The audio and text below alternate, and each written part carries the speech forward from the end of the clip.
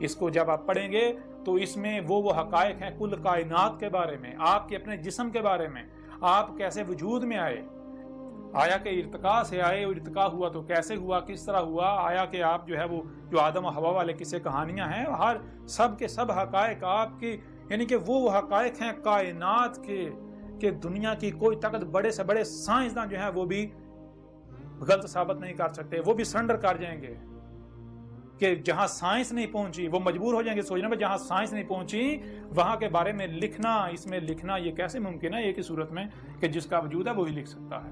اگر حق پر ہو تو دلائل کے ساتھ بات کرو، اگر تم کہتے ہو کہ ہم اللہ کو مانتے ہیں، اللہ کی مانتے ہیں، تو پھر اسی قرآن میں اللہ نے کیا کہا؟ اللہ کہہ رہا ہے کہ جہاں سے بھی کوئی آواز بلند ہوتی ہے، حق ہو باطل ہو جو بھی ہو، جہاں سے بھی کوئی آواز بلند ہو اس کو سنو، جو کچھ بھی تمہیں سنائی دے رہا ہے، جو بھی آواز اپنا وجود رکھتی ہے اسے سنو۔ تمہیں کان کیوں دیے؟ اسی لیے دیے ہیں تاکہ تم سن سکو، سنو، اور صرف سننا ہی نہیں، پھر جو دکھایا جا رہا ہے وہ دیکھو، صرف دیکھنا نہیں بلکہ جو سنتے اور دیکھتے ہو اسے سمجھنے کی صلاحیت دی تمہیں، اسے سمجھو۔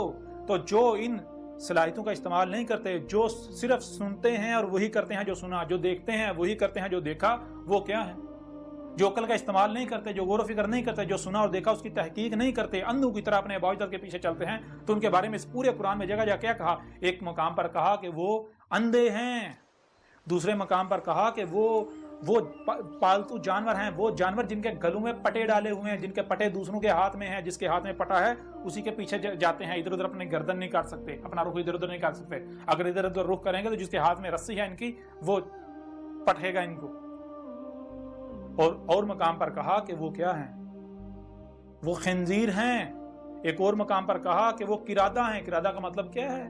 قرادہ کا مطلب ہے کرا اور رد، گول والی تے اس کا اظہار کریے، جو کرا کیا اس کو رد کر دینا۔ کرا کہتے ہیں جو بھی آپ نے سنا دیکھا، جو بھی آپ نے سنا جو دیکھا، جو یعنی کہ جو پڑھا کیسے جاتا ہے؟ تو یہ جو بھی آپ کے سامنے آیا تو اس کو رد کر دینا، اسی کو پھیر دینا، وہی کر دینا بغیر سمجھے۔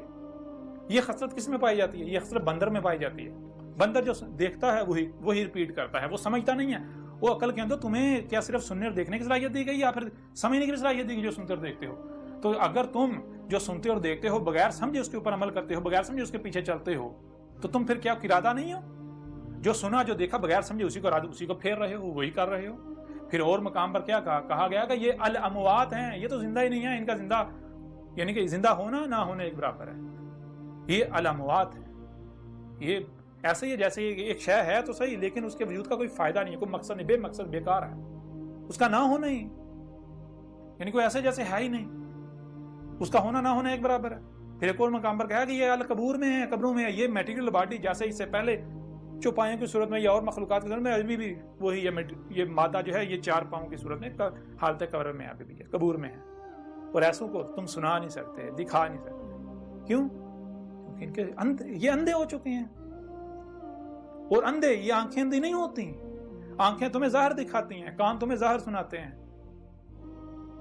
اور جو مکمل جو ہوتا ہے، مکمل صرف وہ نہیں جو ظاہر ہے، مکمل تو جو باطن ہے، جب تک وہ سامنے نہیں آئے گا تب تو مکمل نہیں ہوگا۔ کوئی بھی شے آپ اپنے سامنے رکھ لو، کوئی بھی تم اپنی ذات کو لے لو، کیا تم وہ ہو جو سامنے نظر آ رہے ہو، یا پھر باطن کو ملایا جائے گا تب تم مکمل ہوگا؟ کوئی بھی شے لے لو، کسی شے کو سامنے رکھ لو، اس کا مکمل وجود کب سامنے آئے گا؟ جب ظاہر و باطن دونوں کو سامنے رکھا جائے گا۔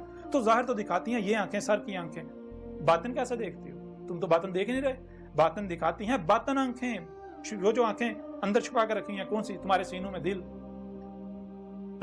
جن کے دل زندہ ہیں۔ یہ آنکھوں سے اندھا ہونا اندھا نہیں ہوتا، دل ہیں سینوں میں جو اندھے ہو جاتے ہیں۔ بہرحال اب آپ کے اوپر ہے کہ آپ اندھوں کی طرح مجھے گالیاں دیتے ہیں۔ اب وہی کرتے ہیں جو قوم نوح نے کیا تھا، قوم عاد نے کیا تھا، قوم ثمود نے کیا تھا، جو قوم شعیب نے کیا تھا، جو قوم لوط نے کیا تھا، جو آل فرعون نے کیا تھا۔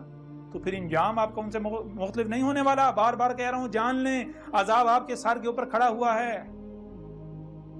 جو کہتے ہیں کہ اس کا قرآن میں ذکر نہیں ہے، آدھے سے زیادہ قرآن میری تاریخ ہے، یہ اس کے اندر کھول کے رکھ دیا، دنیا کی کوئی طاقت اس کا رد نہیں کر سکتے۔